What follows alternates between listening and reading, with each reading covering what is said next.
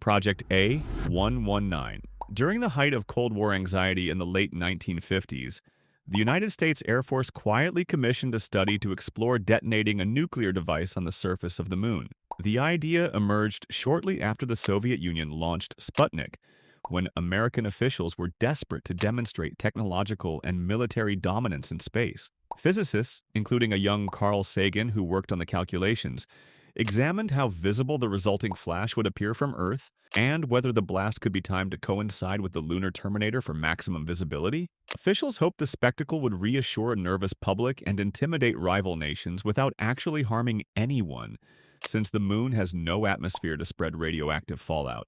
Ultimately, concerns about public reaction to weaponizing a celestial body, considered universally symbolic, outweighed any propaganda value the mission might have offered. The plan was shelved and stayed classified for decades, only surfacing publicly in the 1990s. What makes this project remarkable is not just its audacity, but how close humanity came to detonating a nuclear weapon on another world purely as a show of force. Project West Ford. In the early 1960s, American military researchers grew concerned that international communication cables running beneath the ocean could easily be severed during a conflict, cutting off vital defense communications. Their proposed solution involved launching hundreds of millions of tiny copper needles into orbit around the Earth, forming a thin artificial ring designed to reflect radio signals across long distances. Each needle measured only a few centimeters, thinner than a human hair, and together they were meant to function as a passive antenna suspended in space. Two attempts were made to deploy this needle cloud, with the second succeeding in 1963, and allowing engineers to bounce transatlantic radio transmissions off the artificial ring. Astronomers around the world reacted with alarm, worried that scattering millions of metal fragments into orbit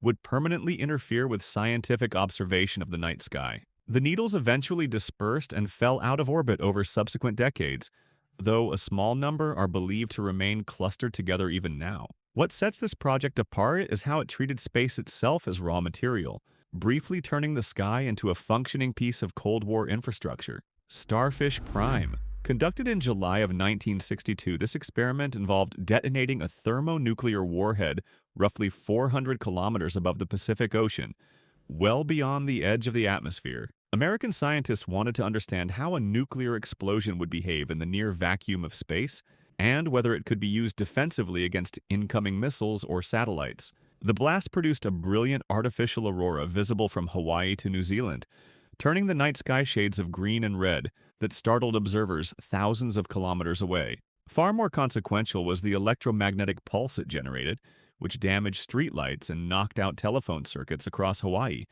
an effect scientists had significantly underestimated beforehand. The explosion also injected a belt of high-energy charged particles into the magnetosphere that lingered for years, damaging or destroying several satellites, including some belonging to the very nation that launched the test. What makes this experiment stand out is the scale of its unintended consequences, a single detonation that reshaped near-Earth space in ways engineers were still grappling with, long after the mushroom cloud had faded from memory. Project Orion.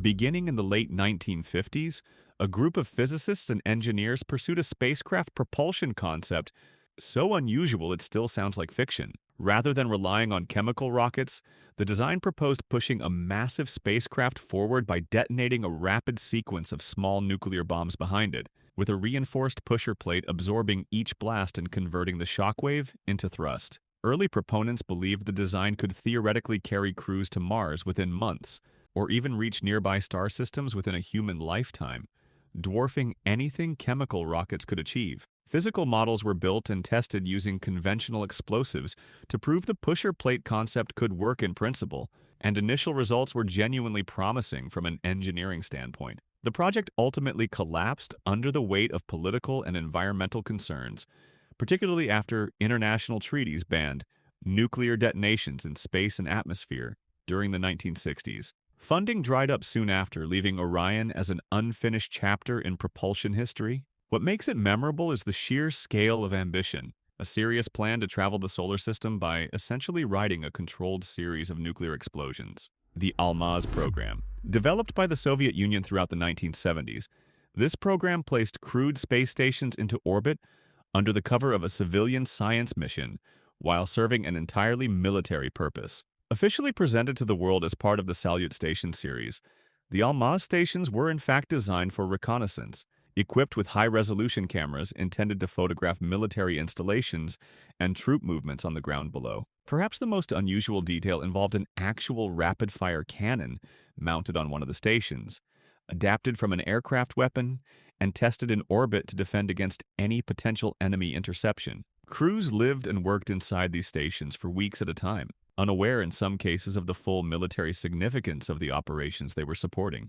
Secrecy surrounding the program was so tight that its true purpose remained hidden from the public for decades after the stations had already been deorbited. What distinguishes Almaz from other Cold War space efforts is the sheer boldness of hiding an armed military outpost in plain sight, disguised as ordinary scientific progress. Znamya. Pursued by Russian engineers during the 1990s, this project aimed to construct a giant mirror in orbit, capable of reflecting sunlight down onto specific regions of Earth's surface. The concept traced back to earlier Soviet-era proposals imagining artificial illumination for northern cities, trapped in months of winter darkness, potentially extending working hours and reducing electricity costs for lighting. Engineers built a thin reflective sheet made of lightweight material, designed to unfurl in orbit like a sail and direct a beam of reflected sunlight across a strip of Earth roughly several kilometers wide. A test version successfully deployed in 1993, briefly casting a faint moving glow across parts of Europe before burning up in the atmosphere as planned.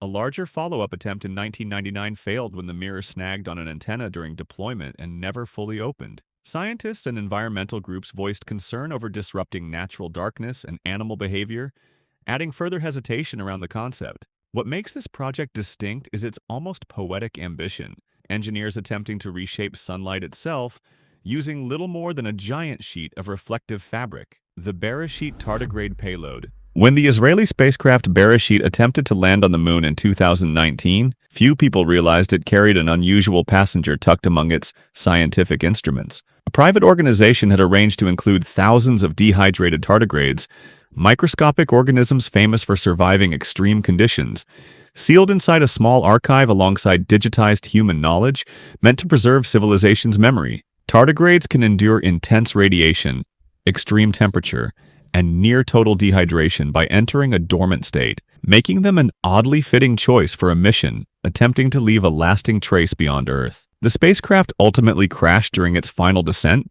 due to a technical failure, scattering its contents somewhere across the lunar surface rather than delivering them intact as planned. Scientists have since debated whether any tardigrades could have survived the crash, given their documented resilience, though most agree the impact conditions likely exceeded even their remarkable tolerances. What makes this incident unusual is the strange overlap it created between accidental space debris and one of the most durable life forms known to science, now potentially resting somewhere on the moon, Polyus. Built by the Soviet Union in the late 1980s, this spacecraft represented one of the most ambitious and secretive orbital weapons projects ever attempted. Designed as a direct response to American research into space-based missile defense systems, Polyus was intended to test technology for disabling enemy satellites, reportedly including a powerful laser system developed under tight secrecy. The spacecraft itself was massive, weighing close to 100 tons, making it one of the heaviest payloads ever prepared for a single launch. During its only launch attempt in 1987, a navigation error caused the spacecraft's engines to fire in the wrong direction. After separation, sending it plunging back into the Pacific Ocean instead of reaching stable orbit. The failure effectively ended the program, and much of the technology involved remained classified for years afterward. What makes Polyus stand out among Cold War space efforts is the scale of what very nearly succeeded: a fully operational orbital weapons platform that came within a single guidance error of becoming permanently active above Earth.